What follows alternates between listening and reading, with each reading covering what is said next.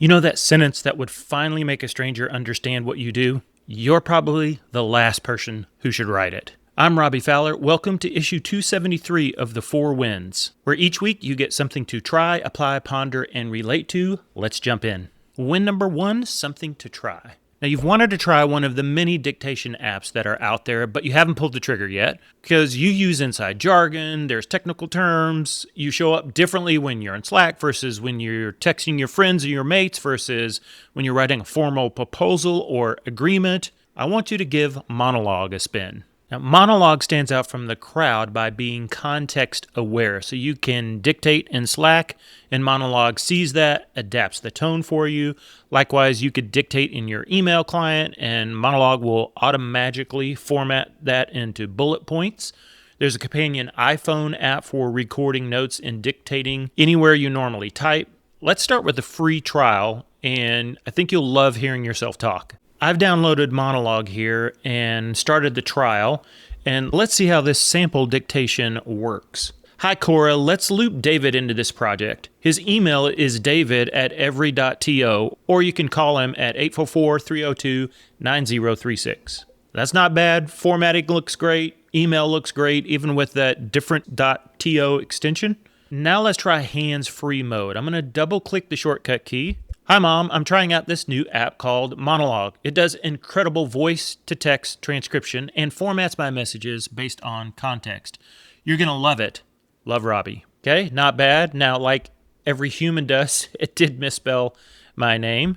Technically, it's with a Y, but I'm pretty sure I could add that to the dictionary, and anytime I said my own name, it would automatically type the correct spelling. Now, you can choose your mode in Monologue. You could see here, if I was really going to give this a spin, which I certainly might, I would probably choose the local model. I'm on a MacBook Pro with an M-series processor, and I would enjoy some privacy and some privacy focus. So I would probably go with this option, but it's nice to know that you can run either option. There is a new handy Monologue Notes feature that would work on your phone, or if you have an Apple Watch, that would capture, transcribe, summarize meetings. So this would be an in-person, face-to-face meeting.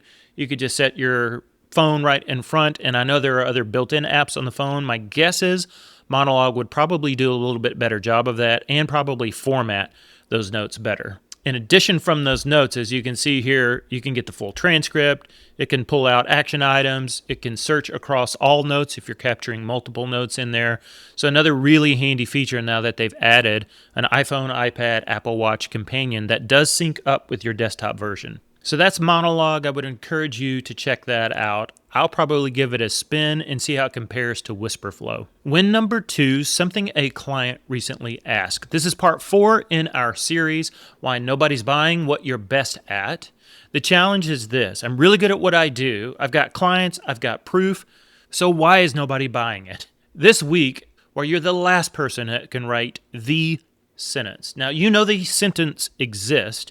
You just can't see why you're the wrong person to write it. Well, consider this. You've been to countless events with a featured speaker or presenter or expert, and they all kick off with a host that introduces that guest.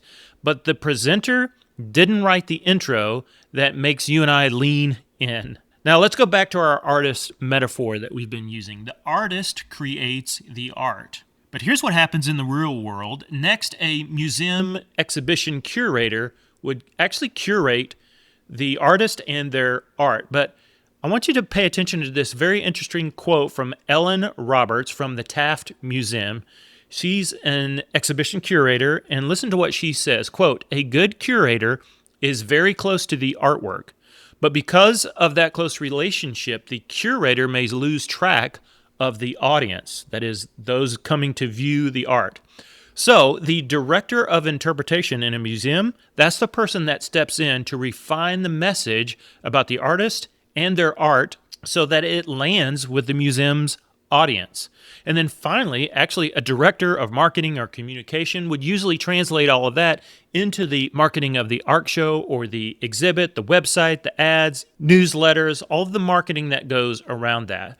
But I want you to pay attention. The last person in the world that creates the sentence connecting the art to the audience is the artist. And even in this case, the curator is too close.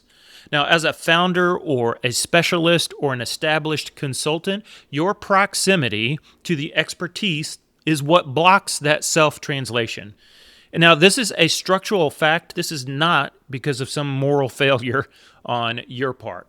In fact, I personally have paid to get help on this very thing for my own business, and this is what I do all of the time, and the reason is proximity beats pride every time. Even more, I chatted with a colleague. We were talking about this. My colleague does very similar work that I do, and we were both laughing at the confession we both shared with one another that neither of us can do what we do for clients for ourselves. So here's the bottom line. The presenter doesn't craft the bio that connects with the audience. The artist struggles to share their work, so guests are captivated and moved to show up to an exhibit. And you, and usually not your curated team, can write the sentence that compels prospects to seek you out. And finding that sentence is most of the work I do in clients when we do a LUCID Sprint. And it's that piece that almost nobody can finish alone. It's like a lightning bolt. You will recognize it when you see it, but you can rarely author it. Next time, speaking to your prospect before talking to them. Win number 3, something to think about. Be resolved to work hard as a matter of character, not merely as a means to cash in. Outcomes don't always match effort. There is no universal 1 + 1 = 2 law that high effort or better effort, or even valiant effort, will produce an equivalent outcome. It can, and it may do so more times than not, but it is not an automatic equivalency. Win number 4, something personal. Here's a riddle for you. What gives birth to something that crawls, and then also crawls itself 54 years later? Now, I'll give you a minute to try to solve that, but here's the answer. Mom, at least my mom. In a real-life episode of You Can't Make This Stuff Up, my dear mother was dashing around the house to grab some of my dad's medicine before she was heading out to run some errands or her famous talk on the history of Frisco or any number of other leadership roles that she enjoys.